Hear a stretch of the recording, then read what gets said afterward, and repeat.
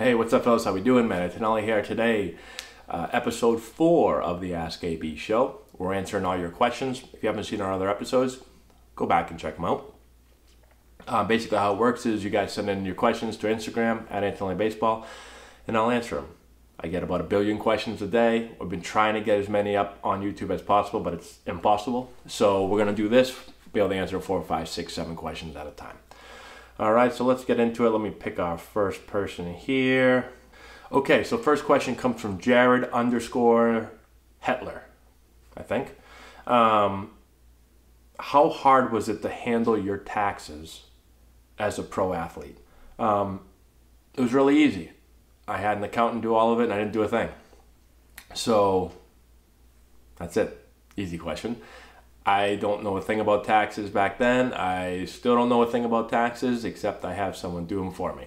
So it was super simple. Just send all the stuff in and let them do it. Next question is from Elijah15 Lamar. His question is, how can I stop myself from getting nervous about baseball tryouts this year?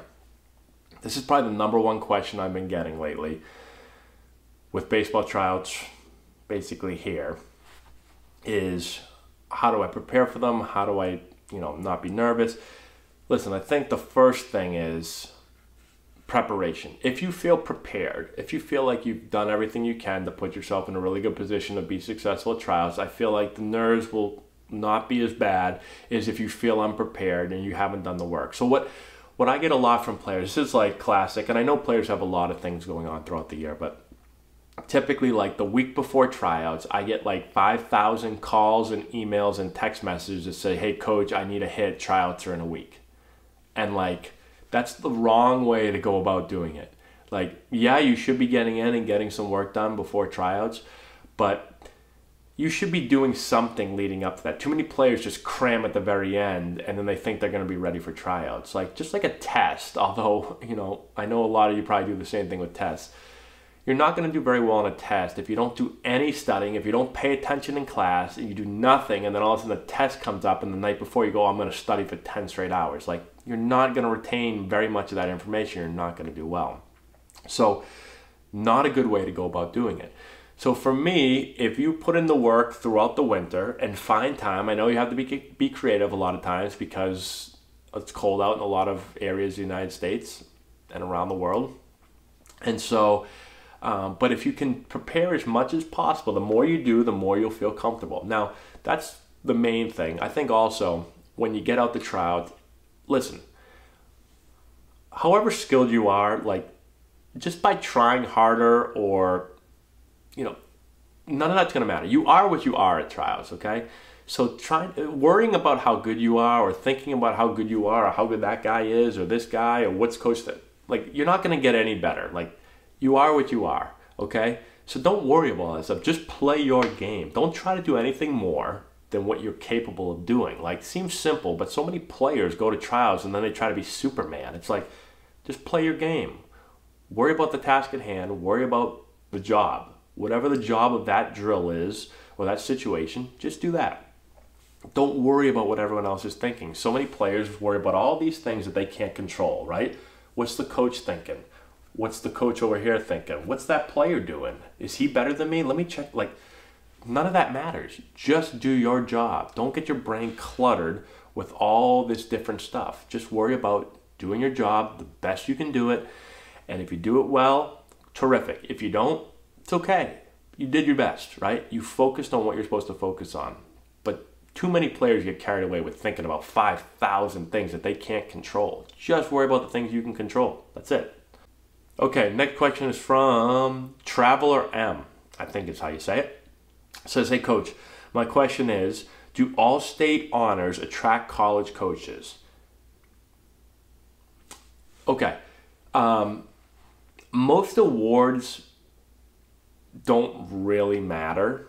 Now, if you're getting the Player of the Year award, those type of things, you're probably a pretty good player. So you may say the award helped, but I would say your talent is what's helping.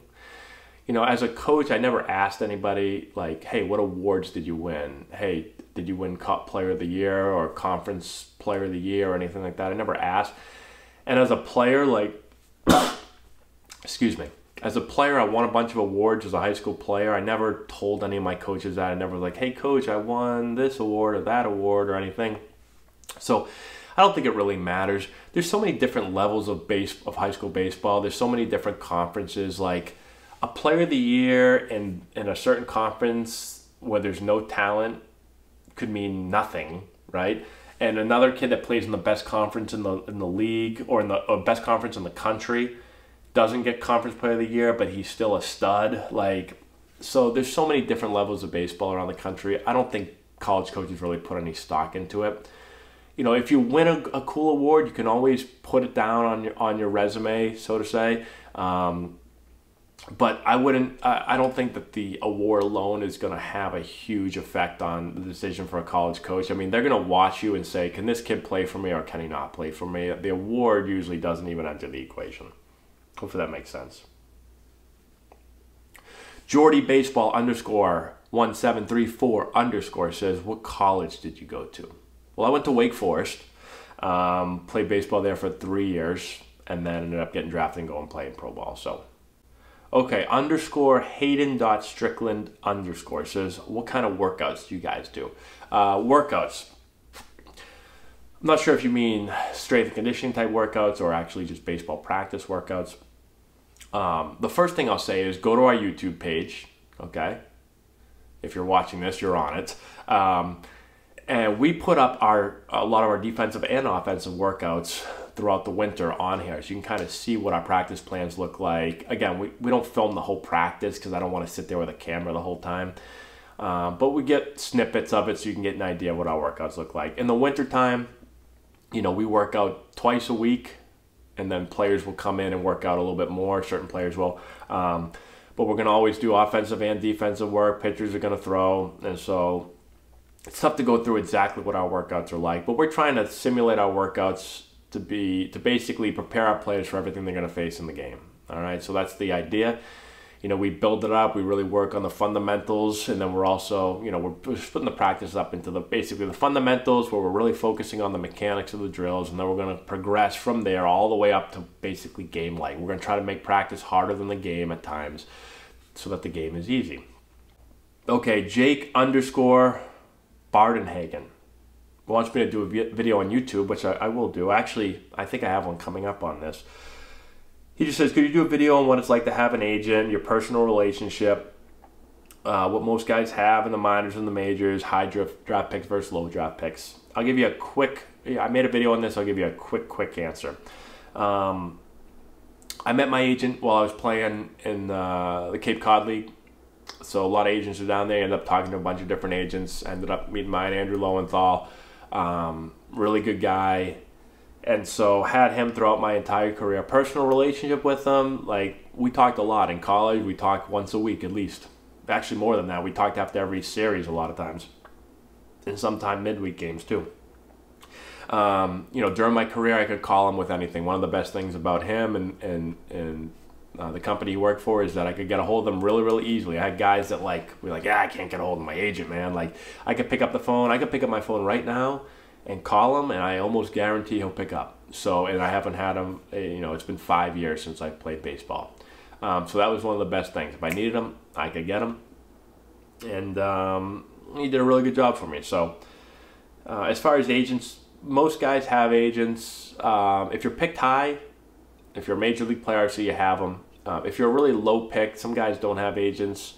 But I'd say a good majority of guys have agents, and they're helping them again with, in the minor leagues, you know, they're helping them get some deals, whether it's a card deal or an equipment deal.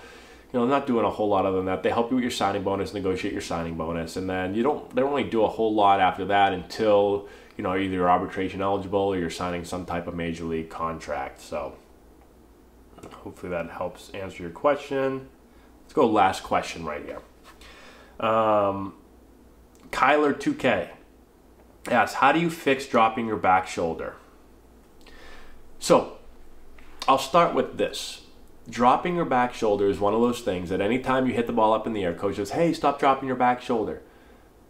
if you watch our other videos, if you haven't watched our other videos, and I'm assuming you might not have watched all of them, we have a bunch of videos on dropping your back shoulder and why it's not a bad thing, right? So my back shoulder has to work under my front shoulder to hit properly, to get on the proper plane of the pitch, right? I cannot swing and keep this shoulder up here. I'll never be able to get on plane with the pitch. I'm going to really use my arms and I'm going to be down on the ball. So I have to have good posture, and I have to rotate with this shoulder is going to work under this shoulder. Now, dropping your back shoulder, like, could you get in a really bad position? I mean, yeah, you could. You could get in a position where your back shoulder is too far underneath your front shoulder, but it typically doesn't happen a lot. Sometimes with really, really young kids. If you're an older kid, it looks like, I don't know, let's look at your page for a second. JV baseball sophomore. Okay, so you're a sophomore in high school. So my guess is that your back shoulder probably isn't as big a problem as you think it is. So I would really look at our videos and study the back shoulder and then go from there. That would be my honest suggestion. I wouldn't even work on fixing your back shoulder dropping right now, because I don't even know if it's really a problem. It probably isn't. It's probably just something that everyone says when you hit the ball up. But you could be swinging downhill too much to hit the ball up. So check out our videos, then let me know, okay? So that's all I got, guys. Thanks again for watching. I appreciate it. Keep sending in your questions. I'll keep answering them. Subscribe to the channel if you haven't already. Give it a thumbs up. I'd appreciate that. Check out the description box below. We've got a plate crate deal, 50% off. We've got a bunch of other stuff down there that I think you guys will enjoy, a bunch of recommendations. And that's all I got, guys. Thanks again for watching. I appreciate it, and we'll talk to you later.